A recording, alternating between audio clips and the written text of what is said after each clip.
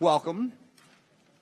Since this is our first hearing as a new committee, just one quick sort of housekeeping measure. We talked a little bit during our organizational meeting about the 5-minute rule. I didn't get into the specifics of it. So now that we have witnesses here and each of you are asking questions, the 5-minute rule applies to the totality of your conversation, or at least I'm going to try to have it be that way. So in other words, if you ask a question for 5 minutes, it doesn't mean that the witnesses then answer it for another 10. We try to stop it at 5. Now, for the witnesses, I will not cut you off in mid-sentence, but the second it hits that 5-minute, there will be a light little tapping just to remind you that we're supposed to move on to the next person.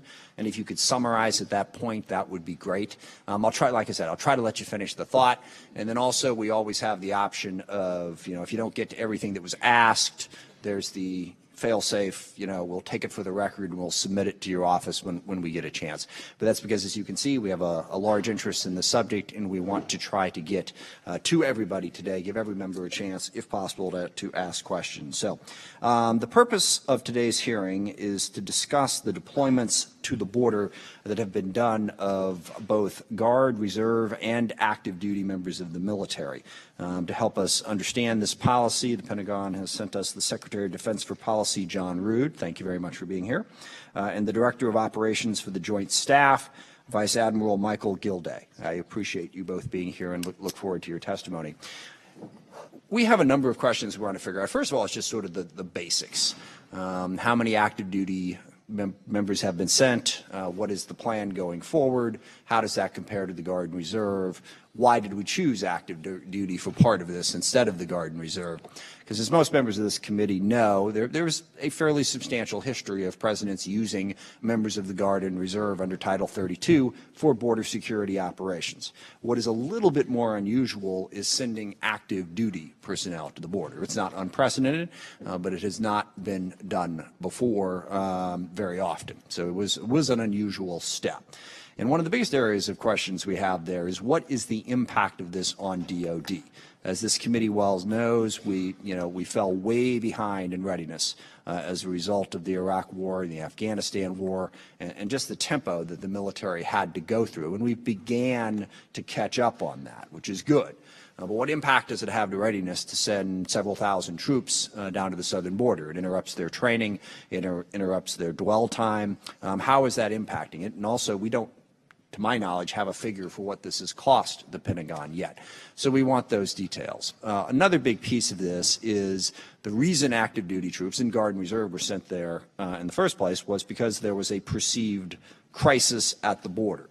There really isn't that much evidence of that crisis. Now, that is not to say that border security isn't a challenge. And speaking for myself, but also I believe for all the people on this committee, we believe border security is enormously important and a challenge, something we have to continually try to figure out how to get right. Not the primary jurisdiction of this committee. Other committees are supposed to handle it, but we acknowledge its importance and the role that the military will occasionally play in helping it. But when you look at the statistics, the peak of our problem on the border was in 2004 and 2005. Consistently up to that point, there was over 1 million apprehensions of unauthorized attempted border crossings at the border. For the last several years, that number has been below 400,000, so roughly 1/3 of what it was. And this didn't happen by accident. We made an investment in a bipartisan way. From 2005 forward, we have nearly doubled the number of Border Patrol agents. We have built 700 miles of wall. We have drones and sensors and all manner of different efforts that have been taken to reduce the amount of unauthorized border crossings. And as a result of that, we've actually had zero net migration from Mexico for, I think, going on 4 or 5 years. So while border security is always a challenge, there's really not much evidence that right at the moment it is a crisis that would call for the, if not unprecedented, then highly unusual step of sending active duty troops to the border. We need to better understand not just that border security is a challenge. We get that. We get that drugs come across the border, although, as has been very well documented, they do not usually come across, they come across through ports of entry. There are other areas where we need to spend money if we're going to try to get at that issue. So it's an issue. Why all of a sudden now is it a crisis, and what impact is it having on the military? And lastly, we have all heard much of the discussion about the possibility of the president declaring a state of emergency and taking money from a variety of different places in order to build a wall. And when he's talking about a state of emergency, he's talking about taking the money pretty much exclusively to build a wall. And, that's not this committee's primary area of debate, but certainly I think all members here have a strong opinion. And don't be surprised if you get a question or two about that. But when it comes to the declaration of the emergency, the president has fairly broad authority under a 1976 law to do that. He would have to justify that emergency, and I'm certain it would be challenged in court. But the real big concern here is, where does he find the money? And if he's talking about building a wall, I know we've talked about $4 or $5 billion right now, but the long-term cost of what he's talking about is much, much more than that. And the only pot of money, as I understand it, in the Pentagon that the president could go after would come out of military construction. I think there is a bipartisan opinion on this committee that we should not be taking Department of Defense dollars out of military construction, well, for anything. For a wall or anything else, because again, we have a readiness challenge. That money needs to be spent there. So what would the impact of that be is something we're going to be interested in. There are other pots of money that the president can go to. The primary one is the Army Corps of Engineers, and those are for projects that are primarily focused on flood relief, not necessarily not DOD priorities. There are other pots of money, but none of them are that big. I mean, let's face it, when you look at the discretionary budget, the Department of Defense is where the money's at. So we are deeply concerned that if an emergency is declared, that money is going to be taken out of DOD for what some of us think is a questionable purpose. But whether you support the purpose or not, where that money is right now is important, and we would not like to see it taken away. With that, I will yield to the ranking member for his opening statement, and I thank our witnesses again for appearing before us. Let me join in welcoming our witnesses. Thank you all for being here today. In my view, it is perfectly appropriate for our committee to examine the mission and the activities of our military on the southern border. And I think that the questions the chairman asked at the beginning of his statement, what are we doing down there? How much does it cost? What effect does it have on readiness and so forth, are perfectly legitimate questions. I do have concerns that the broader issues related to the immigration debate that are not the purview of this committee may be brought into this room, even though we have no jurisdiction and even though it threatens, at least, to begin us this year on a more partisan, contentious note than we otherwise might. I hope that does not happen. When it comes to DOD, I note that the briefing material prepared for us by the staff say that the previous 5 administrations have authorized the use of armed forces operating under Title X authorities in support of border security. And as a matter of fact, we've tried to look at the various functions going back to at least the early 1990s that include things like surveillance and logistics and command and control and aviation support and a whole variety of things. I noticed that in 1997 under President Clinton, the military was used for construction to build and improve physical barriers. I noted in 2012 under President Obama, the military was used for construction to install sensor equipment and so forth. So I guess my takeaway, trying to put this a little in context, is number one, what the administration has done is in line with, consistent with, the sorts of things that we have asked the military to do for a long, long time. My second takeaway is that under administrations of both parties and Congresses of both parties, we obviously aren't providing for adequate resources for border security because we keep having to use the military to back up the Border Patrol when it ought to be their job to do it. Now, again, some of that takes us into areas outside of this committee, how much we do on on border security, but clearly it has implications for us. And I hope that as we not only look at what we're doing today, but put today's mission in context, going back, 30 years or more, that it at least informs maybe decisions that are made outside of this room. Thank you all again for being here. We look forward to your testimony, and I yield back. Thank you. With that, gentlemen, please, who was just my name, Mr. Rood, you're going to go first. All right, thank you. Yes, Mr. And for the record, in your books, there is a joint statement that they both provided for the committee. Thank you, Mr. Chairman, Ranking Member Thornberry, other distinguished members of the committee. Thank you for the opportunity to testify before you today on the Defense Department's support to the Department of Homeland Security, U.S. Customs and Border Protection mission to secure the southern border of the United States. The Department of Defense has a long history of supporting border security. DoD has supported efforts to secure U.S. borders.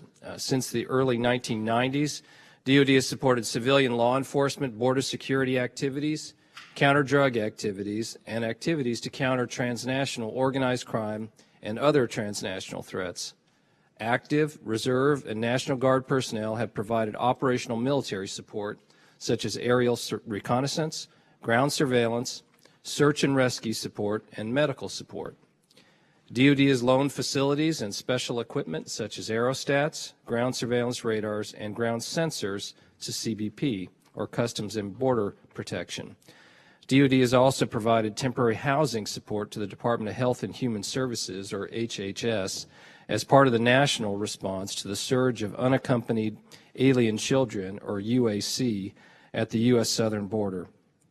From 2012 to 2017, DoD provided shelter for nearly 16,000 unaccompanied alien children who received care, security, transportation, and medical services from HHS. Consistent with Section 2815 of the National Defense Authorization Act for fiscal year 2017, the Secretary of Defense certified that providing this sheltering support to HHS would not negatively affect military training, operations, readiness, or other military requirements, including National Guard and Reserve readiness. At the direction of President Bush, in support of CBP's Operation Jumpstart, DoD provided National Guard personnel, some 6,000, from June of 2006 to July of 2007, and some 3,000 from July of 2007 to July of 2008, to augment and enhance CBP's ability to execute its border security mission. National Guard personnel provided aviation, engineering, medical entry identification, communications, vehicle maintenance, administrative, and other non-law enforcement support. In addition, the National Guard improved the southern border security infrastructure by building more than 38 miles of fence, 96 miles of vehicle barrier, more than 19 miles of new all-weather road, and conducting road repairs exceeding 700 miles. At the direction of President Obama, DoD provided up to 1,200 National Guard personnel annually from 2010 to 2016 in support of CBP's Operation Phalanx. National Guard personnel provided aerial reconnaissance, analytical support, and support to counter drug enforcement activities that enabled CBP to recruit and train additional officers to serve along the southern border. DoD works closely with the Department of Homeland Security on requests for assistance. Across the full range of support that DoD has provided DHS, border security support, disaster support, special event security support, and support for protection of the President, DoD has worked closely with DHS as that department develops its requests for DoD assistance as deliberately, expeditiously, and as effectively as possible to meet mission needs. DoD carefully considers all requests for assistance, including in order to determine whether DoD has the requested capabilities and resources, and whether providing the requested assistance is consistent with the law. When a request is approved, DoD works with the requester to select the right forces and resources to meet the requester's mission needs and to avoid or mitigate potential impacts on military readiness. DoD has used the same process for every DHS request for assistance related to DHS's border security mission. In our current type of support, in his April 4, 2018 memorandum titled Securing the Southern Border of the United States, the President directed the Secretary of Defense to support DHS in, quote, securing the southern border and taking other necessary actions to stop the flow of deadly drugs and other contraband gang members and other criminals and illegal aliens into this country, end quote. The President also directed the Secretary of Defense to request the use of the National Guard to assist in fulfilling this mission pursuant to Section 502 of Title 32, and to use such other authorities as appropriate and consistent with applicable law. The President also directed the Secretary of Defense and the Secretary of Homeland Security, in coordination with the Attorney General, to determine what other resources and actions are necessary to protect our southern border, including federal law enforcement and U.S. military resources. All of this military support has been and will continue to be provided consistent with the law, including the Posse Comitatus Act, Section 1385 of Title 18. Military personnel have supported civilian law enforcement efforts but do not directly participate in law enforcement activities such as search, seizure, and arrest. Military personnel protecting CBP personnel performing their federal functions at points of entry are consistent with the April 1971 opinion of the Department of Justice Office of Legal Counsel, also complying with the Posse Comitatus Act. So, Mr. Chairman, in conclusion, let me say the military's presence and support increase the effectiveness of CBP's border security operations, free U.S. Border Patrol agents to conduct law enforcement duties at the southern border, and enhance situational awareness to stem the tide of illegal immigration, human smuggling, and drug trafficking along the southern border. The ongoing temporary DoD support is a continuation of the Department's long history of supporting DHS and CBP in their mission to secure the U.S. border. These decisions are far from static, and we continue to work with the services, the National Guard Bureau, and U.S. Northern Command to evaluate mission requirements and associated risks. Mr. Chairman, thank you for the opportunity to testify today. Thank you. Admiral Gilday. Good morning. Chairman Smith, Ranking Member Thornberry, distinguished members of the committee, thank you for your support of the men and women in uniform who serve our nation. And thanks for the opportunity this morning to address our military support to the Department of Homeland Security in their mission to secure our southwest border. As Secretary Rood mentioned, DoD has a well-established relationship with DHS. This includes our recent efforts to support the responses to Hurricanes Michael and Florence, the wildfires in California, and our joint cybersecurity initiatives protecting our nation's critical infrastructure. DoD's mission of Homeland Defense is inextricably linked to DHS's mission of Homeland Security. There is no better example than the ongoing efforts of our active and Guard personnel supporting Customs and Border Protection along our southern border today. Since the Commander-in-Chief directed the military to support DHS in securing the southern border in April, National Guard personnel have supported CBP Operation Guardian Support, augmenting CBP efforts to secure the border by performing administrative, logistical, and operational support tasks from April to the present day. Active duty military personnel have supported CBP's Operation Secure Line since October in the areas of aviation, engineering, facilities, and medical support, and by providing protection for CBP personnel while they perform their federal functions at our ports of entry.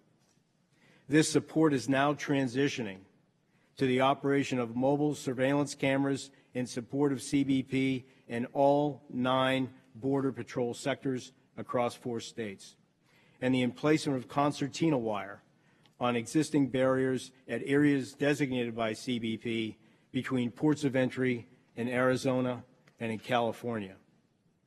We believe that our military's presence and support have served to increase the effectiveness of CBP's border security operation by enabling them to focus on their law enforcement duties at our ports of entry.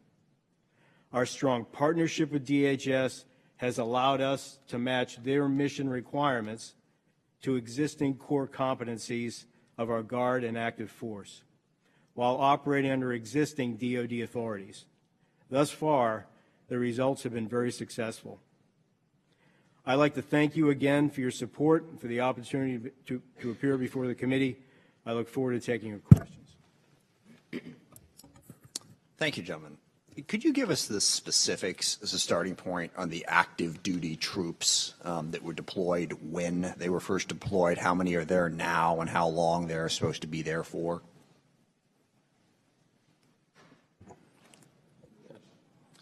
With regard to active duty troops, sir, we presently have just a little under 2,300, just over 2,300 active duty troops. They are scheduled right now to be deployed through January of 2019, but that one portion of them has been approved to be deployed through January of 2019. There will be additional deployments of active duty troops that will go through the end of this fiscal year, September 30th, in response to the latest request from the Department of Homeland Security. And what was the original number? Was like 5,600, I believe, something like that? How long were that many troops there? There's a combination, sir, of National Guard and active duty troops that were deployed, and the numbers fluctuate. And so, as you recall, well, I know the numbers I know the numbers fluctuate, but the number of active duty troops that were sent there in the first place, and I'm focused on the active duty piece, I believe was 5,600. Is that correct? It was about 5,900. 5,900. And that was in the beginning of November. And that's the part that's kind of different from everything else here. Most of what Mr. Thornberry referred to in terms of the active duty side of it is under Title 10. We've provided equipment, sensors, and various other things. It is very, very rare to send active duty troops to the border. We have used the Guard and Reserve consistently. And what was different about this set of circumstances that made us send 5,800 active duty troops to the border? I don't see it. So I'll provide some context. I'm sorry, could you pull the microphone a little closer to you? Yes, there? sir. These things are not as sensitive as they could be. Is that better? That's much better, yes. At that particular time, the group of migrants that were massing in southern Mexico was approaching about 10,000. And at that time, we weren't sure, DHS wasn't sure, which route or routes that they were going to take to the southwest border. There were 4 or 5 different routes that they could have come by. There was some concern with respect to timing on whether they were going to go by foot, whether they were going to go by vehicle, or whether they're going to go by rail. So at that time, the President directed that we examine options to augment CBP at the border so that they could mass their personnel at the ports of entry, and we could provide an augmentation force to allow them to do that. And so, did those border caravans all went to the ports of entry, did they not? So they actually all went to the ports of entry in California initially. Right. Yes, sir. They all kind of what they said they were going to do, from what I was reading, anyway. Sir, not initially. So they made that determination when they arrived in Mexico City. But at the time they were down in Hidalgo, we didn't know where they were going to go. We didn't know if they were going to go to Brownsville or if they were going to go to New Mexico. Just for reference, Mexico City is a pretty fair distance from the border. And for the most part, these people are walking. And that was one of the things that struck me at the time. Every estimate that we got out of you folks was that they were going to get here in roughly January. And the border deployment, I believe the active duty troops were first sent to the border in September, correct?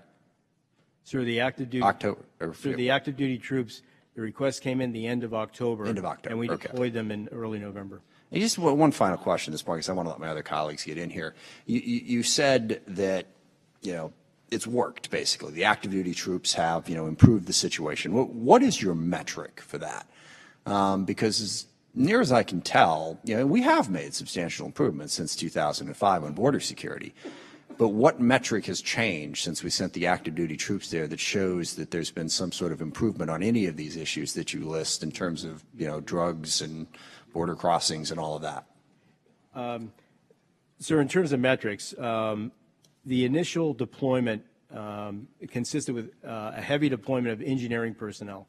So along 22 of the ports of entry, we laid some 70 miles of concertina wire to make it more difficult for somebody to cross over illegally at those ports of entry.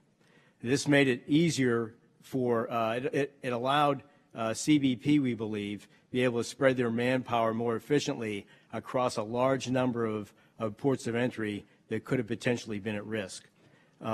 Additionally, we sent medical personnel down to help with initial screening, and we also sent down some facilities people to provide facilities for CBP. But in terms of the metrics, sir, I'd say that the fact that we made it, that we hardened those ports of entry is probably the best answer that I can give you. The only thing I would add, Mr. Chairman, is we look to the Customs and Border Patrol and the Department of Homeland Security as the primary mission holder. Our role, of course, is to augment their efforts. Right. Their statements to us and their assessment of the efforts that DOD has provided is that it has allowed them to focus their resources elsewhere, but that's and assisted in their mission accomplishment. Right. None of that is an actual metric or measurement. That's just sort of the opinion. But one final question. Sorry, I do have one final question. When are we going to be the point where you can say we don't need active duty troops? Because we hadn't needed them for a long time before that. Now we apparently need them. What are we looking for where we can get to the point where we no longer are going to send active duty troops to the border? What needs to be accomplished before we can stop using this somewhat unprecedented step of actually sending active duty troops to the border? Mr. Chairman, of course, the Defense Department acts in support of requests from the Department of Homeland Security, CBP. They're the primary mission holder. As we look to how we will choose to augment those resources and respond to those requests for assistance, we look across the total force, active, reserve, and National Guard to determine what is the right mix and the appropriateness of the force to respond. And that's where a decision was made in terms of the timeliness. Got it. So you don't really know, basically, what do we need to accomplish? I mean, I know at the end of the day, it's DHS that makes that call. They decide what they need. They ask you for help. They work through it. But surely as the one providing the resources and trying to plan for the future, they've given you some idea of what it is they're trying to accomplish so that they won't need you anymore. They do give us an idea, and we work with them to scope the requests and to understand what they're trying to accomplish so that we provide the right capabilities. And what would your take on that be? It depends on the specific requests, sir. You know, for example, some of the requests where they have asked for surveillance capabilities, we delve into a little bit of what are you trying to detect and why, and what are the circumstances. With regard to the National Guard, of course, we work with the National Guard Bureau and the Sorry, but that's I don't want to interrupt you, but I'm asking specifically about the active duty troops who have been sent to the border. I understand all that other stuff. All that other stuff is frank. If that was all you were doing, was all that stuff that you've talked about, we wouldn't be having this hearing. It is the active duty troops that sort of caught the attention of the committee. Yeah, go ahead. Sir, if I could give an example, but before that, back to the metric. Microphone again, sorry. Sir, just for a moment on the metric, we really are trying to prove a negative if we're trying to prove, how many people didn't cross the border. We just don't know, except for the feedback that we received from CBP, that, at the time we deployed, those initial numbers were 10,000. Now, 10,000 never reached the border, but we felt that we were better prepared, or CBP was better prepared because of the work that we did. In terms of the work that we have done and are doing, it's not a steady state demand signal. So although we deployed 5,900 in early November, by Christmas, those numbers were down to 2,400. Why? Because we finished laying the concertina wire. When that mission was complete, we redeployed those people home. When we determined that the flow of migrants that had to be screened by our medical personnel wasn't as high as originally estimated, we downsized and we brought those people home. When the facilities that we built were no longer required by CBP, they had initially surged their forces, their personnel down there. We had provided temporary housing. When that wasn't required, we sent our people and we sent that equipment home. Okay. And so we have tried to adjust, keeping in mind readiness, keeping in mind cost, and so it's been fairly evolving and dynamic. Thank you. So, Mr. Thornberry. Admiral, I want to go back because I'm not sure we got the rest of the story. You started your answer a few moments ago on why active duty, with 10,000 folks coming up through Mexico, didn't know for sure where they're going to go. The decision was that the Border Patrol folks would focus on the ports of entry, and that left the rest of the border to be covered. And so can you continue then, and back to the chairman's question, why active duty in that circumstance versus Guard? Yes, sir. So broadly, we're taking a look at these requirements across the total force. And we're trying to see which forces are best suited for the task and who is readily available. And so in one's mind's eye, they may think that the National Guard is just a gigantic organization that we continue to draw from for years and years, for a decade, in fact, and we just can't. And so at the time when those forces were massing and we weren't sure whether they would come by foot, by vehicle, or by train, the decision was made within the department, given the options that we laid out in terms of timing, to send active duty, because we got those troops down there within a week. And so I hope that gives a little bit more context, sir, in terms of what drove the active duty. But we did look at the Guard, and we did look at Guard capacity for the missions, for those particular missions or the requirements that the DHS and CBP had requested, and we just did not have those. We didn't have those skill sets available in the Guard to draw upon at the time. So, Congressman Mr. Thornberry, Rood, if I may add just yeah. briefly to that, in evaluating the present request, in working with the National Guard Bureau and the state adjutant generals, part of the reason, or the reason, that we have selected from the active duty to fill part of those requests going forward is that the Guard satisfies those requests from 19 Guard units, 19 states, and there's a limit to the number of volunteers, which is the way they've sourced them, that they can do. And so the feedback from the National Guard Bureau and the adjutant generals is that about the present state, a little over 2,000 is what they can sustain, and therefore the delta between that sustainable rate and the new request from the Department of Homeland Security is what we are going to source, therefore, from the active duty. Okay, yeah, that really gets to where I wanted to go. So if I can just summarize my understanding of this, Homeland Security says we need help doing X, Y, Z, and then can you, DOD, help us? And then you look at what those specific requirements or asks are and figure out what forces can fulfill their request. And in this case, one of the key things was how quick can you get them there, because you didn't know where the caravan was going. And secondly, what sort of specific capabilities did you need, because a lot of the Guard folks, at least the ones that you could deploy, didn't really have it. Does that sum it up? Sir, I think so. I'd like to add, though, that these requirements from CBP just don't drop as a surprise. And so we work with CBP on a daily basis to refine these requirements so that we can be more predictable, so that we can ask hard questions, so that we can look at legal aspects and make sure that, the force is going to be used in a way that's consistent with the authorities that we have. And so it is an ongoing partnership to get to what we think is the right answer. And the right answer isn't always satisfactory for all parties. But you got to be flexible with events, because, for example, there are stories that there's a new caravan that is forming in Central America headed this way. So you've got to, in your conversations with them, be ready to adjust to changes in the situation, don't you? Yes, that's right. And you're correct. Current information shows a caravan of over 12,000 people. There's 3 that we are tracking. The Department of Homeland Security is tracking en route, and one of which is over 12,000 people in the latest estimate. And so, yes, we do have to be flexible on those events. As Admiral Gilday mentioned, the number of troops and the mix of them has varied over time, and will need to do so.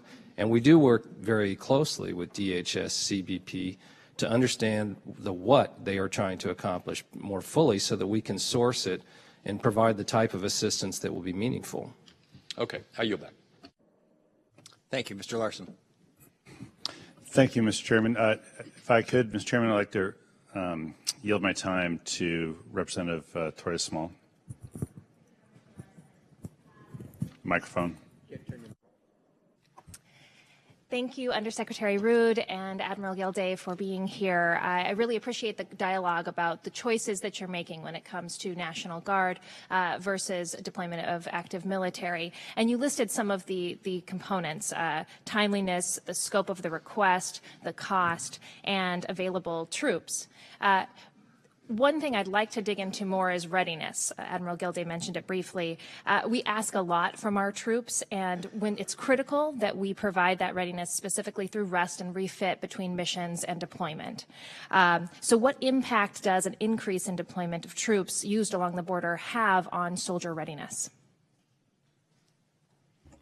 So far, it's been manageable. So, as I explained a few minutes ago, we've tried to. I'm sorry. As I explained a few minutes ago, we try to rotate the troops in about every 6 to 8 weeks, and so we're trying to make sure that we maintain that deployed to dwell ratio at a manageable level, because we may have to call in those same forces to deploy to another mission. The border security mission is obviously a high priority for the administration, and so we are balancing that requirement along with Syria, Afghanistan, ongoing commitments in Africa, the Western Pacific. And so we're trying to balance all of that. But in this particular case, we have been using troops that are based here in the continental United States, and we've been trying to rotate them in at a fairly, I don't want to say it's a revolving door, but that first group went in at the beginning of November. They were out before Christmas. The next group will come out at the end of the month here. And so we try to manage it in that manner. Shifting gears just a little bit, CBP personnel, it's my understanding, are meant to be the primary and principal members who interact with migrants on the border. But we have already discussed somewhat the medical component of the mission. Can you give me a little more clarification on how the medical part of the mission is limited based on interactions with migrants and how that's controlled? Congresswoman, you're correct. The Customs and Border Patrol, as the primary mission holder and a law enforcement agency, they have the responsibility to interface principally with the migrants. DoD personnel, medical personnel, are there to assist after screening has been conducted by CBP personnel. If there's someone they believe presents an illness or an issue that they would like to refer them after that screening to DoD personnel, we can assist with medical treatment. Thank you. Just shifting a little bit to the National Guard. I represent New Mexico. We've had a long history of National Guard working on the border as part of the anti-drug task force. Can you explain a little bit the differences between that longer history and the current National Guard operation? Well, as you mentioned, Congresswoman, National Guard members and indeed other members of the force have been deployed over the years to the border.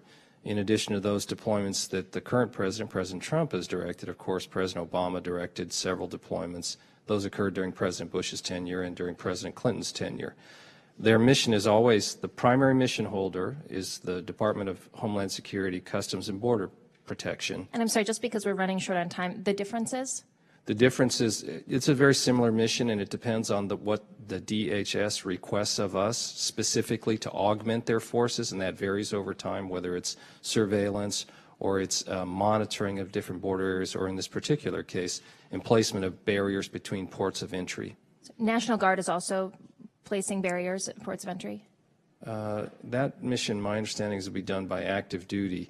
Okay. About 150 miles of concertina wire in between ports of entry between now and the end of the fiscal year. So any specific differences between this National Guard deployment and previous ones?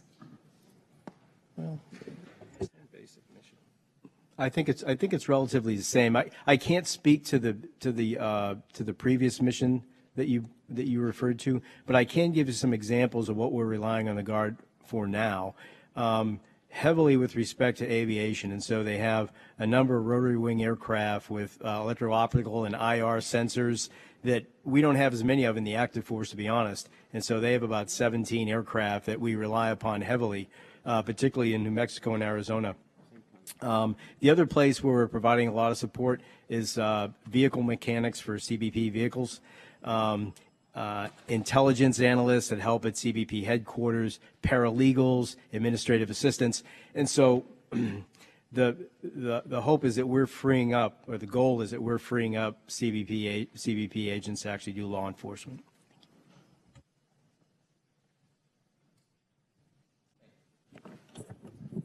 Mr. Wilson. Thank you, Mr. Chairman. And Secretary Rood and Admiral Gilday, thank you so much for being here today. We're so fortunate to have the military personnel, the personnel that we have with the U.S. Customs and Border Protection agents on our border to protect American families, to address the issues that we have on the southern border. And I want to thank both of you for your service. In particular, I have a firsthand experience of the benefits of being activated. I served 31 years in the Army Guard. I'm very grateful to have 3 sons who have served in the National Guard. We have found that being activated, for us, it was hurricane recovery and relief.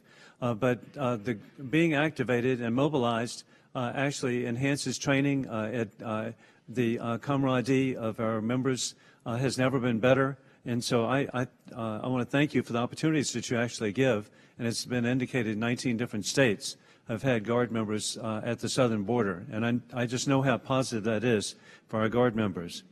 Precedent exists with the last 5 administrations for the use of DoD personnel.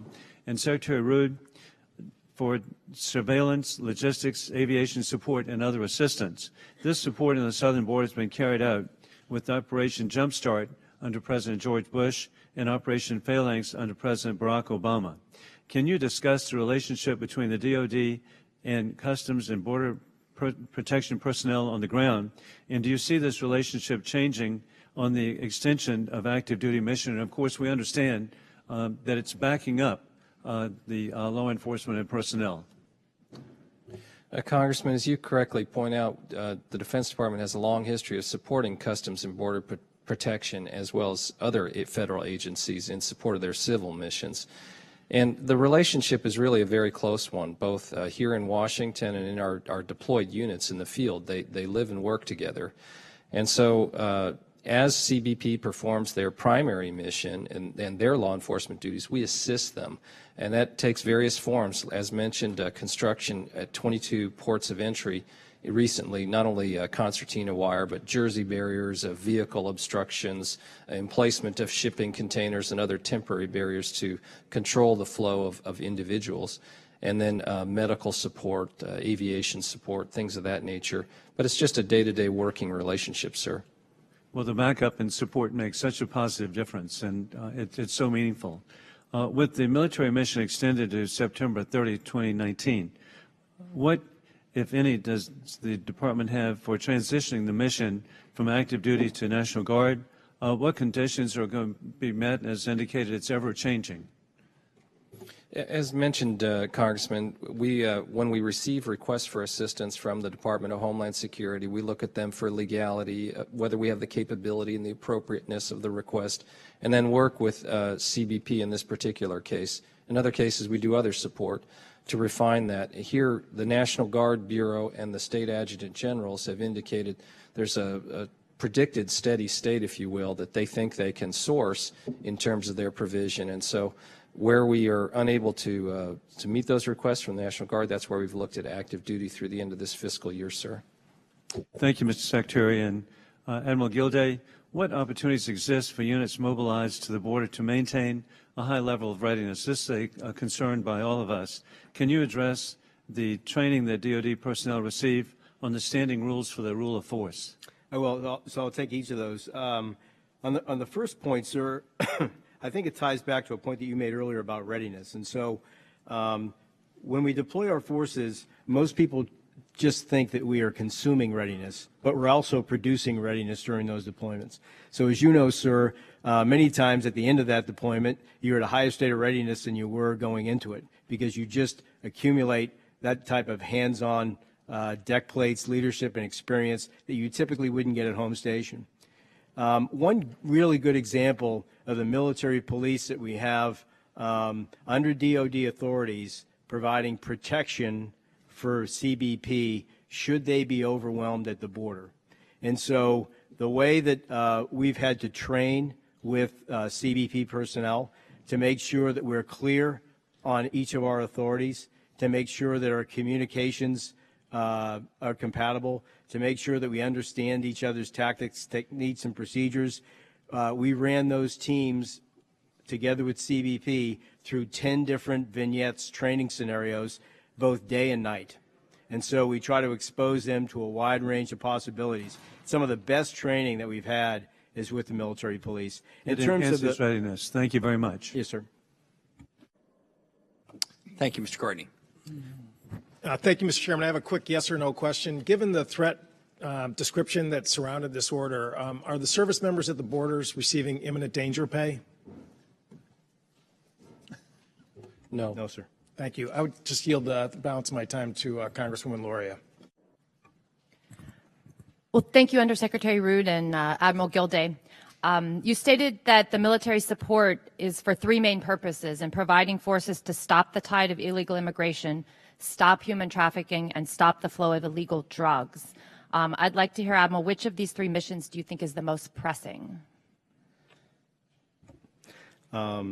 Drugs, Human trafficking or trafficking. personnel crossing the border? Difficult to prioritize. All pretty important. I would say that I think as we transition to our new mission set from the ports of entry to the areas between the ports of entry, we bring a skill set with respect to detection and monitoring that I think is going to be very valuable for CBP in trying to get their arms around all three of those problems, which Okay. could be present at any point in the border. Well, in that case, I would like to focus on the flow of illegal drugs. And it's been reported that, a large portion of the drugs do not, in fact, come across the border. They come by sea in our ports of entry. And as you know, also myself as a surface warfare officer for 20 years, we know that the Navy used to supply forces frequently in support of SOUTHCOM, Jihad of South, to stop that flow. I met with Admiral Grady, who's the executive agent for Global Force Management at Fleet Forces, and he confirmed that the only forces that we're giving to SOUTHCOM currently are those that happen to be transiting as an opportunity between East and West coasts. So I was wondering if you could compare the requests for forces that we're currently receiving from SOUTHCOM versus those that we're meeting towards the goal of stopping the flow of drugs at sea, and what percentage of requests for forces from SOUTHCOM would you say have gone unmet in the last several years? So I think we really need to talk about the last probably 18 months under a new president with a new national security strategy and a new defense strategy. And so that new defense strategy racks and stacks problem sets for us with respect to China, Russia, North Korea, Iran, and the counter VEO problem. And so what we have done in the past year in particular is we have prioritized our resources in accordance with those priorities. We just can't do it all. As the chairman brought up in his statement at the beginning, we've under-sourced readiness for some time. That is the secretary and the acting secretary now's top priority. Is in order to make us more lethal, we have to be ready. And so we have had to ruthlessly prioritize. And quite honestly, although the drug problem is a big problem, and we have historically under-resourced Southern Command against that problem set. And I probably have an unsatisfactory answer for you, ma'am, in terms of our being able to improve in that regard. But I do think when we have problems like that, I do think it requires more imagination to get after it in a better way. And so it is looked at. I'm just being honest with you with respect to the racking and stacking of national priorities. It hasn't reached the top. So with that racking and stacking of national priorities, this is currently the only one in our discussion that is being potentially envisioned as a national emergency. So it doesn't seem consistent with where we've placed it in our order of priority for allocating forces. And when you say use creativity, you just mentioned that when we use forces, we're not just consuming readiness, but we're producing readiness. Mm-hmm. So that is another element that I would ask you to consider possibly when we have forces that are not actually deployed, but in their workup and training phases, to be able to participate as well in this mission of combating the flow of drugs at sea while they're also building their readiness. Congresswoman, I think that's a fair comment. To your point about priorities, so the National Defense Strategy is a strategy, and it has laid out priorities that we follow. But reality strikes, and we end up reprioritizing, and in this case, that's exactly what happened. Thank you. I yield my time. Thank you, Mr. Turner. Thank you, Mr. Chairman. Admiral, Secretary Rood, thank you for being here. Thank you for your service. Secretary Rood, thank you for your expertise and the dialogue that you're having here today. I'm going to ask you 2 questions, and then I'm going to concede my time to Mr. Bergman. The Admiral indicated that it's hard to answer a negative. How many people were deterred? How many people didn't cross the border? So I have two simple questions for you. I think they're yes or no, but I'm not going to restrict you to yes or no if you feel you need to answer them more broadly. So to your knowledge, is the United States border with Mexico currently closed? And by closed, I mean, is it closed? Is the level of protection that's currently being provided by Homeland Security and the Department of Defense stopping illegal immigration? Has it stopped? Has illegal immigration stopped between Mexico and the United States as a result of the current level of protection from Homeland Security and DOD? No, just in the last 3 months alone, CBP reports apprehending 154,000 illegal immigrants. To your knowledge, Mr. Secretary, are there portions of the U.S. border between Mexico and the United States where individuals can enter the United States illegally unimpeded? Yes. Thank you, Mr. Secretary. I yield my time to Mr. Bergman. Thank you, and I appreciate you yielding time, Mr. Turner. Glad you both are here. Just for clarification, I want to make sure that nothing has changed since I took off a uniform about 10 years ago, in that you only pay a guardsman or reservist when they're performing some type of duty. Correct?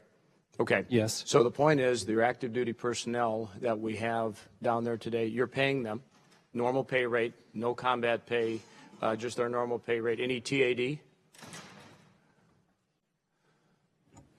Sir, it depends, but those numbers are very, very small. Yeah. So the point, they do receive, when they deploy for more than 30 days away from home station, they do receive a modest family separation allowance. Okay, so family separation allowance. But the bottom line is minimal to no additional cost by utilizing active component personnel.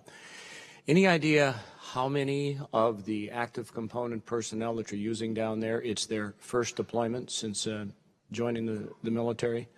In other words, they're not in a dwell time because they've been stressed over a period of time?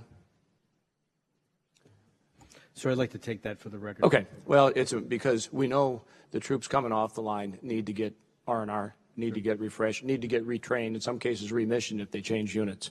Any special skill sets that are required on the border right now that we might call HDLD, high demand, low density assets that are getting stressed? Not skill set so much, sir, but I would say if we're stressed anywhere, it's rotary wing. Just because of the demand we have for helicopters in Syria, in Iraq, in Afghanistan. So we've been a bit pinched in terms of helos, to be honest. But not at a point where we have significant concerns about. Okay, so stress on the flight hours on the airframe as opposed to time on the pilot seat. Yes, sir. Seat. Just okay. Availability of the assets with crews that they're at let's say a 1 to 2 dwell. Okay. Is there is it fair to say that if we have a lot of first-time folks deploying, this is why they joined, maybe a slightly different fight, if you will, or mission, probably more appropriately said, than they originally envisioned on their first deployment. But are we making them more capable because of the training and what they're doing on a daily basis here, so then when we do have to deploy them somewhere in the world, that they're higher ready, more ready and ready to take on whatever mission? So I'd say in general, yes. Specifically down to every person, I think it'd be difficult to make that argument that the medical personnel, for example, who are doing medical screening, may not be optimizing their skill sets. But that said, it is a critically important mission at the moment. We know that no matter what the situation is, whether we're dealing with combat injuries on the battlefield or dealing with humanitarian assistance, disaster relief, the need for medical personnel, whether it be doctors or nurses, is going to continue to be stressed no matter what we're using them for. So with that, for those of you who've been around a while, the 3-block war, humanitarian assistance, keeping the peace and making the peace, Bottom line is, let's stay in that first one or two, especially in that middle block here, and I yield back. Thank you. If I could just follow up with a quick question based on Mr. Turner's question there. So DHS asks you basically for help at the end of the day with what they're doing. And I guess the question that occurred to me is, do you ever say no? Because by Mr. Turner's definition there, I mean, to actually close the border, to stop anybody from ever being able to cross in an unauthorized manner or anything across, I mean, I would think you could plop 50,000 U.S. troops down there on the border. You still have a hard time doing that. And also note for the committee, and I'm sure Mr. Turner's aware, every single combatant commander that we have has requests that go unfilled. It's absolutely true, because there is too much in the world that we need to do. We don't have the resources for all of it. And I guess that's the biggest concern from this discussion here is, yeah, we can talk about the border all day long, and if that's the only thing that you had to worry about at DOD, well, heck, 5,900? That's nothing. I mean, why not 50,000? Okay? But we've got other needs in the world, which we will hear about in great detail in this committee. And the reason we're starting here is because this is not primary to our mission. And if we start down this road of what those previous questions were and say, you know, DOD, it's all about the border, where does it stop? So under what circumstances would you say, no, look, yes, there is a border problem. There will always be a border problem. We're not going to completely shut that border off. But we also have ISIS. We also have Afghanistan and Syria. We're worried about Russia and China. Do we have a sufficient presence to deal with deterring that threat? So under what circumstances, when DHS comes over and says, hey, we need your equipment, we need your troops, do you say, look, we don't have the ISR that we need in Africa? All right. We don't have, you know, enough of a troop presence in Eastern Europe to deter Russia. So that's going to take priority. Under what circumstances do you say that? Mr. Chairman, I know that's not directly your call. That's more Secretary of Defense's call. But I'm curious as to your perspective. Yes, sir. When the Department of Homeland Security or another civil agency makes a request for assistance, we look at it from the legality of it, the appropriateness. Do we have a capability that can actually meet that need? And then we do look at readiness and the impact on our other mission areas. And the same approach, basic approach, applies whether it's DHS requesting support at the border. What would be most helpful in this is if you could give us an example of when you did say no to DHS. I mean, and I'll drop it up. What if they asked you for $10 billion out of Milcon to help build a wall? Would you say no then? Well, with respect to use of Milcon authorities, of course, the President would need to declare a national emergency, and the Secretary of Defense makes certain determinations before we would ever reach that question. And so the Department of Homeland Security couldn't make that request directly to us. It would need to be initiated by the President's declaration. With respect to your question about where we say no, we haven't always approved every request from the Department of Homeland Security, but we generally work with them to find ways that we can adjust what we're going to provide to meet the mission need. Sometimes they don't have a full understanding of what we can do. Okay. Thank you. Mr. Garamendi. Yes, sir.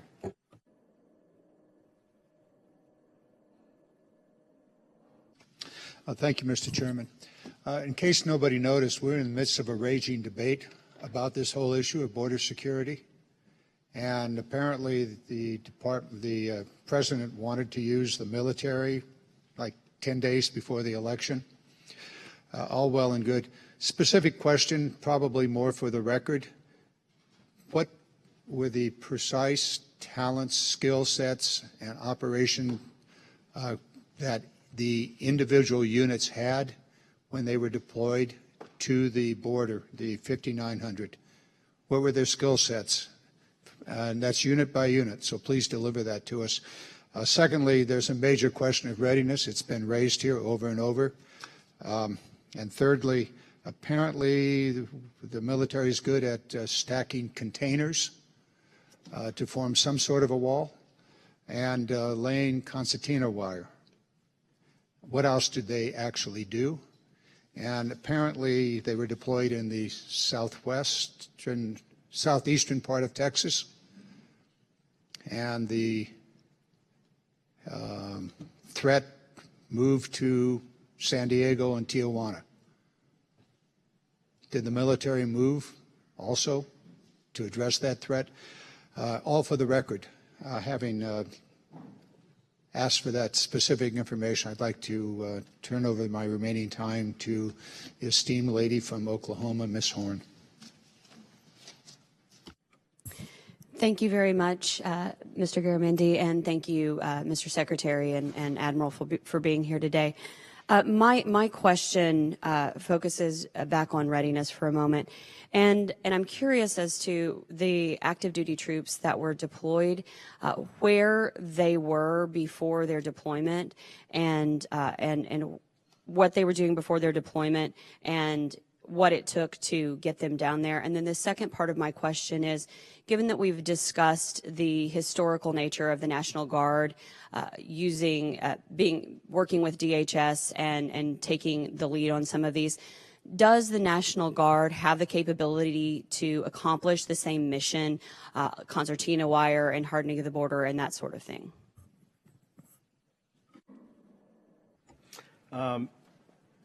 Congresswoman, your first question was about where these forces were before they actually went down to the border. So they were based in the continental United States, and they were ready forces, ready to deploy within 30 days. And so we always have a reserve of forces that we can draw upon for you name an emergency that we're going to respond to, or we need to send additional forces to plus up for a particular mission somewhere in the globe. And so those forces are trained, certified, man-trained, and equipped in order to do their specific tasks. And we selected them specifically because we felt that they were best suited, based on the inventory of forces that we had, that they were best suited with those skill sets in a timely manner to deploy at the right readiness level and properly trained. With respect to your second question, which had to do with whether or not Guard has the skill sets for concertina wire, they do, and they have in the past, but not in this particular operation.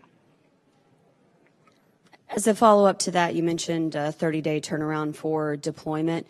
What is the difference in turnaround time for deployment between the active duty troops that were deployed and a National Guard unit being deployable in that time? Ma'am, I will have to get back to you with specifics on those corresponding dwell times between both active and Guard to give you a precise answer.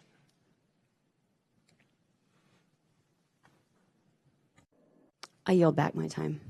Thank you, Mr. Rogers. Thank you, Mr. Chairman. Unfortunately, I'm painfully familiar with this topic. I've been on the Homeland Security Committee for 15 years, and while we've talked a lot today about the last 12 to 13 years where we've been repeatedly sending reserve and Guard and active duty troops down there, it's been going on since the Alamo and every decade in between. We have used DOD assets for that mission. But to get to the chairman's question in the initial part of this hearing, what's it going to take for us to not have to continue this pattern? We're going to have to adequately fund the Department of Homeland Security instead of continually reaching into DOD to subsidize that department. It has been inadequately funded since its inception by Republican and Democrat administrations. That has to be addressed. So one of the things this president's trying to address has been asking for money for fencing. And I'm just astounded by the fact that we continue to act stupid in Congress and fuss over things like $5.7 billion in fencing, and it cost us $11 billion to shut the government down. I'd like to know, Admiral, do you know how much it's cost for these last deployments that we've had down there? How much it cost the DOD? So I can tell you, sir, active duty, our projection through the end of this month is $132 million. And for the National Guard, in the last fiscal year, it was $103 million, and we project in FY19 to be $448 million. So it'll be about $550 million overall for the Guard. And it's difficult to give you an accurate estimate right now on active duty, just based on, as I've described, the requirement is evolving and fluctuating. Yeah. And that's just the most recent. I mean, we continue to do this, and we've got to adequately fund the Department of Homeland Security, specifically Customs and Border Protection. With that, I yield about my time to General Kelly. Thank you, Mr. Rogers, for yielding time. Just very quickly, You know, I spent my whole military career as an engineer, and I was what they call a sapper on the Army side. You know, what we do is build obstacles, okay? And there are many purposes for obstacles, and I'm sure it's the same way in the Navy. We have turn, fix, disrupt, and block. And I use an analogy, locks don't keep burglars out of your houses or cars. But I do know in my neighborhood, last year, there were burglars going through and breaking into all the cars that were unlocked. So those locks didn't keep them from getting in a car, but it did slow them down. And barriers or obstacles, I prefer not even barriers, obstacles, have different purposes. And they move people to where they are. Do you agree that obstacles never, unless they're covered, unless they're constantly watched, that you can always get by or bypass them? However, they do make it easier to where you locate people coming across illegally. Would you agree with that, Vice Admiral and Mr. Secretary? Yes, sir. In the abstract, I agree with that. There are a lot of variables that go into wall placement, but I think you're right in the fact that a barrier is ineffective unless you're surveilling it and you can react if it's breached. And I want to touch just a little bit about whether it's guard or active component. You guys agree that the new policy is that guard and reserves and active component is a force of one, and they all have operational requirements. And I want to use my small state of Mississippi, which has about 10,000 members in our Mississippi Army National Guard and about 1,500 in our Air Guard. But currently, we have one company, Charlie Company, 1st Battalion, 114th Aviation, that is on the border supporting this mission and doing great work down there. That being said, we have a BCT doing Operation Spartan Shield in Kuwait, Jordan, other places. So that is about 4,500 of our 10,000 Army soldiers. We have the 184th ESC, which is also a headquarters, which is in Kuwait right now doing logistics. We have state missions. We have these little things called hurricanes that we have to respond to. We have all these forces deployed as part of the active force, as part of the rotational forces we have to defend our missions. Is that a reason to use maybe sometimes active duty forces when guard forces can do the same thing, Admiral? Yes, sir. As you said initially, it's one force who's best suited for the task. And as I mentioned earlier, the Guard has sustainability issues as well that we can't just wish away, just like the active side does. And so I think it's a balanced approach in terms of how we put those people to best use. And thank you. And with that, I yield back, Mr. Chairman. Thank you. Mr. Norcross. Thank you, Chairman. Planning. Nobody can guess what the president's going to do, but we have some indications what he might do. Have you taken into account, outside of the personnel, the cost for construction of a barrier different than the wire and fence that you're presently working on, if you were to do the 230 miles? Sir, maybe you should take this down. Well, as you mentioned, Congressman, a national emergency declaration has not been issued by the President, and if it were, there are other legal requirements that we've done prudent pre-planning to understand the law and our obligations under it. And depending on what the Department of Homeland Security, CBP, would identify and how those requests would be met, that would determine the type of wall and the cost. So you're not looking at any scenarios right now at all? We've no merely pre-planning whether you're going to put a concrete barrier or some steel up or some wire? Yes, it would depend on the circumstances that we would reach at that moment, and obviously we have done prudent pre-planning. I've seen, as you have, the statements the President has made regarding the possibility of a national emergency, so we have looked into how that would operate. So what are your ranges of cost estimates? Again, there's no, after the President were to declare a national emergency. We understand the process, but you have to look down the road and anticipate. We could put a full barrier up of a 30-foot wall, we could put wire. You're not going to wait till that phone call comes to start planning. That's one thing that you do well. Within such a declaration, a national emergency would be the citation of the authorities under which it is done. We have limited authorities. Depending on what those authorities are, sir, it would define how much money was available and we would obviously work with the Department of Homeland Security to get their latest prioritized listing. And from all of those factors, land availability, cost of land, other things would come into play. If you were talking about a barrier construction or even the emplacement of wire, those are considerations that would need to be reached at that point. So no pre-planning in terms of cost and personnel or what it would take to do the job is taking place until you get that declaration? We would have, in that circumstance, we have not made any decisions nor formalized what those would be, but obviously depending on what the type of barrier the Army Corps of Engineers in the barrier case would be asked to do, they have done looking at different types of construction. Is this the most cost-effective way of putting up a barrier? Sir, we would respond to what the Department of Homeland Security and the CBP identified in that area. The Army Corps of Engineers has done construction parts of the 654 miles of barrier on the southern border over our history, and those things vary given the circumstances at the time. I yield back. Thank you. Thank you, Mr. Conaway. Is that correct? I don't think he's here. He's not here. Mr. Lamborn. Thank you, Mr. Chairman. Thank you both for being here. And I was on the border a week ago today in the Brownsville-McAllen area, and talking to the people there, they have a very good plan of what they would like to do if they were given more assets, more money, more resources. So my first hope is that we as a Congress will give Homeland Security more of what they need, and that they have a well-defined plan of how they could put that to use. But if that doesn't happen, the President will have the choice he will have to make of declaring a national emergency and then using money from somewhere to build some kind of barrier. And my hope, Mr. Rood, I'm going to direct this to you, and maybe this is a little speculative and you can't give me a definitive and final answer, but my hope would be that emergency money for that purpose would come out of emergency money from another purpose, and we would have to replenish that later, like disaster relief. I mean, I'd hate to see that happen, but that would be the best possible alternative I could think of, especially compared to taking money from military construction, because those projects have been in the pipeline for years and years, and that would be disruptive. So my hope would be it would be emergency to emergency. Do you have any thoughts on those lines, Mr. Rood?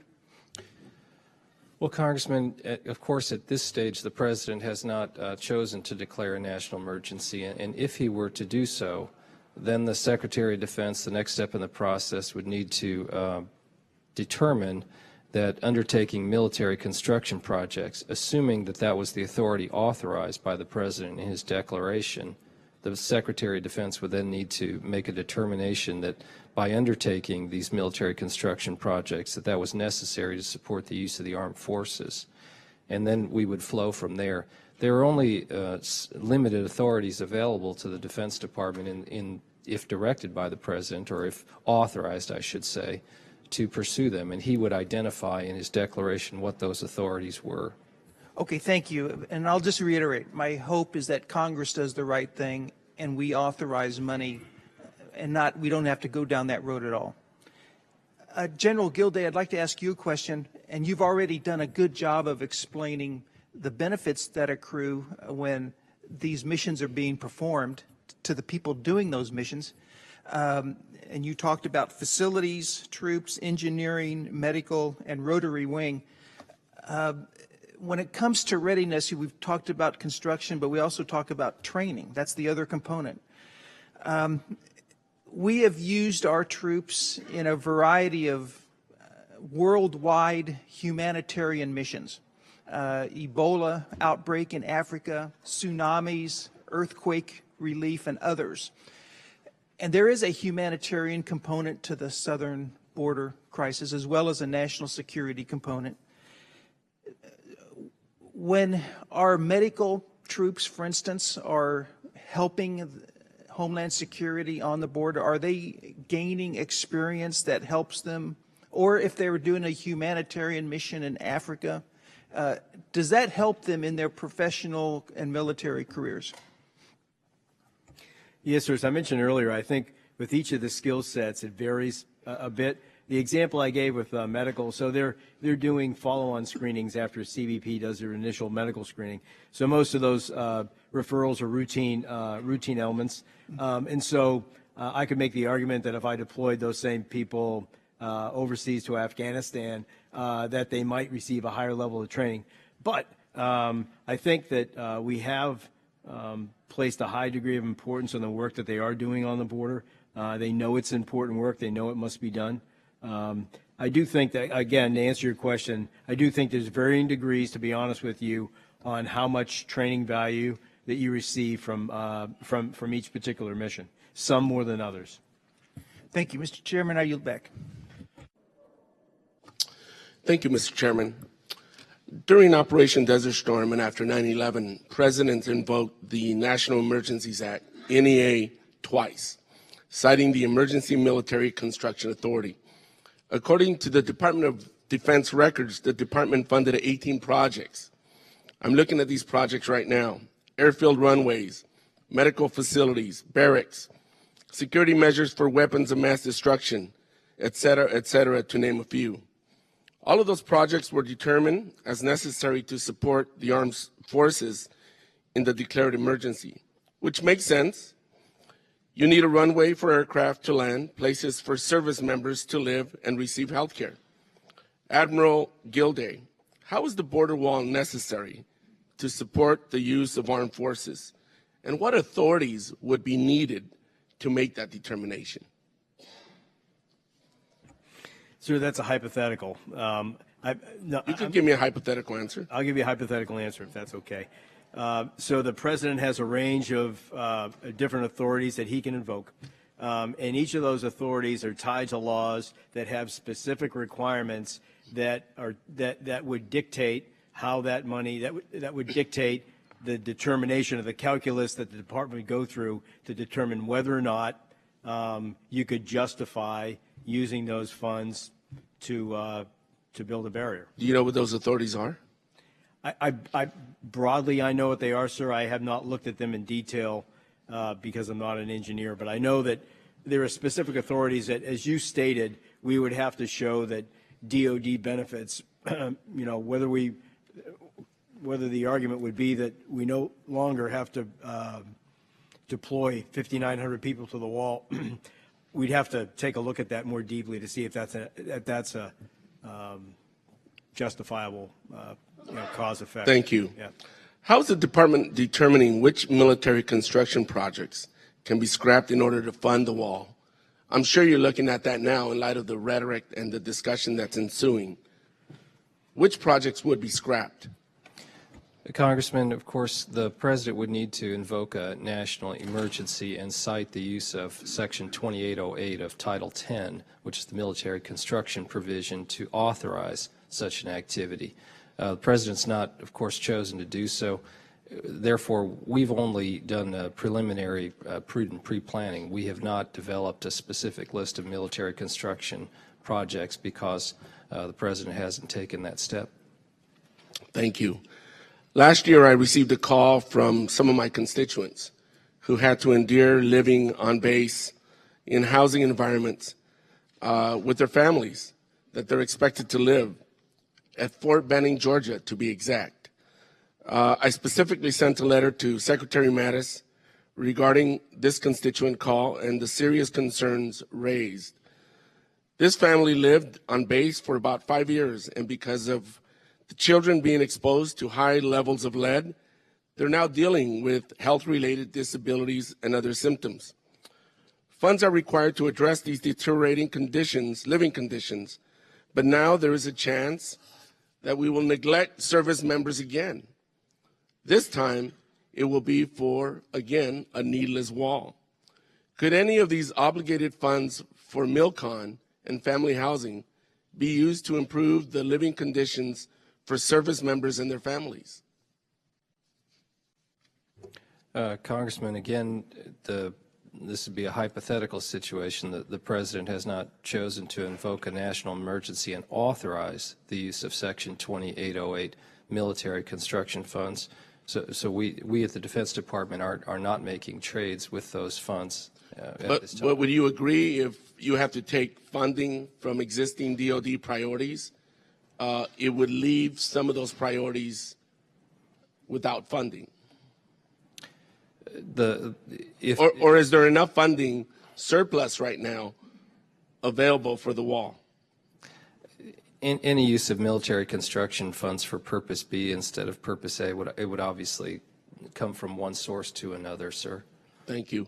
I touch on this because I also have Camp Roberts in my district, and I am informed there's an important road for really important training and facilities that exist on this base. And currently, that road cannot be traversed. And again, these funds that would go towards the wall would be taken away from being able to rehabilitate that road. So thank you very much. I yield my time back. Thank you. Mr. Whitman. Thank you, Mr. Chairman. Secretary Rood, Vice Admiral Gilday, thanks so much for joining us up here in the corner. There we go. Secretary Rood, I just wanted to ask one simple question, just yes or no. Are the troops that are currently deployed along with our Customs and Border Patrol agents, are they a help in helping the Customs and Border Patrol agents achieve the counter-narcotics mission that they have been charged with? And do the troops and their capabilities also help the Customs and Border Patrol agents in stymieing the flow of narcotics into the United States? Yes. Very good. Thank you, Mr. Secretary. I'm going to now yield the balance of my time to Mr. Mitchell. Thank you, Mr. Whitman. I appreciate that. Secretary Rood or Vice Admiral, question for you. First, let's not deal with hypotheticals, which some of my colleagues want to talk about, if then. We're here at this moment in time talking about this because we failed to provide adequate resources to DHS to deal with their own mission, their own challenges. So we're now having to assist those, supplement those resources. Can either of you tell me of the approximately $500 million we're talking about estimated for the year, what percentage of those needs DHS could address themselves if properly funded? Well, certainly the Department of Homeland Security, CBP, looks, as we understand it, within their own resources and authorities first before asking for augmentation. Can you talk a little louder, sir? I'm sorry. Certainly the DHS, CBP looks within their own resources, as we understand it from them, before asking for supplementation or augmentation from the DOD.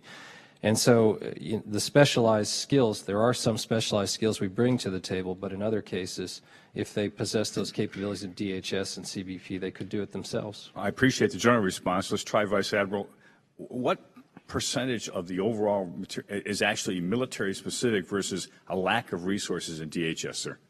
So, to answer your question, sir, none of the capabilities that we are providing are combat capabilities that it's not a war zone along the border.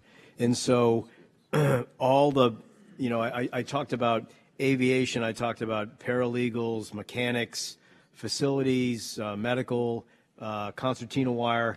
None of that is a unique military skill set. So the reality is we're sitting here today discussing this because we failed to adequately deal with a comprehensive solution to our southern border. So now we're trying to basically put our finger in the holes in order to, until Congress does its job. Would you disagree with that, Vice Admiral? Sir, if I took that same argument and said that we need to use DOD to respond to a hurricane, there are certain situations where one of our primary missions is defense support to civil authorities, and so I think that was a tricky one to answer. Thank you, Mr. Chair. I'll yield back. Thank you very much. Thank you. I do want to make a quick note on the budget. The president made his budget request for the Department of Homeland Security in February of 2018. Congress fully met that request, both the Senate and the House. So whatever crisis occurred to him in the months that followed, it was not at the top of his mind in February of 2018. That was the budget request, and we fully funded it. This is not a question for you, gentlemen. This is just to make the point. We're hearing now from the committee, gosh, if we just gave more money to the Department of Homeland Security, this wouldn't be a problem. And it's odd for me to be making this point, with the fiscal conservatives on the other side of the aisle. We're $22 trillion in debt. Our deficit is going to be $1 trillion this year. We just cut taxes by somewhere in the neighborhood of $2 trillion. On this committee, we hear repeatedly about all the areas of the Department of Defense that have gone underfunded. We don't, well, I was going to say we can't print money. We can, in fact, print money. But there's a downside to that, as I think all of the Republicans would acknowledge. So where are you going to find all this extra money, for the Department of Homeland Security? So to imply, well, so just get more money. We also have a few other needs in the country that have gone unmet. We have a $600 billion infrastructure deficit by most estimates, to the point where water is poisoned and bridges are collapsing in the United States of America. So we have to make budget choices. And I will also point out that go back to 2005 and to now, we have quadrupled the number of Border Patrol agents. We have built 700 miles of wall. We have drones and sensors. We have massively increased the amount of money that we've spent on border security. So I'm not sure the solution here is just spend more money so that way we don't have to steal it from the Department of Defense. We've got to make a budget that works for all of us, and this is going to be something we're going to wrestle with once we try to get our budget in place for this year, because there are a lot of DOD needs. The discretionary budget, little over $1 trillion, okay? And Department of Homeland Security is part of that. We at DOD are like 55% of that. So before you get too excited about giving more money to DHS, we got to find it somewhere. We can find it somewhere. I'm wide open to the discussion, but we have to make choices. Mr. Thornberry. Thank you, Mr. Chairman. I'll avoid getting into the broader budget issues, which obviously affect a whole variety of things. I'd simply point out that with DOD, Homeland Security, or any of the agencies, they have to formulate their budget months in advance of it even coming to us. One of the things that changed is that now we have thousands and tens of thousands of migrants who are coming in caravans, which we have not seen before. And I think members, if they look at the statistics which are provided by the Department of Homeland Security, the days when we had a greater number of people, but most of them were from Mexico and you could simply put them back across the border, are very different from these large family groups, 10, 12,000 people coming. So yes, it changed the requirements. And as we have been talking, if anything, we have to be more flexible to respond to changing circumstances. I think that's what the president is trying to do. I would prefer he not have to resort to DOD to make up for gaps in Department of Homeland Security funding. But I do think it's important to acknowledge that things change, and our government has to respond.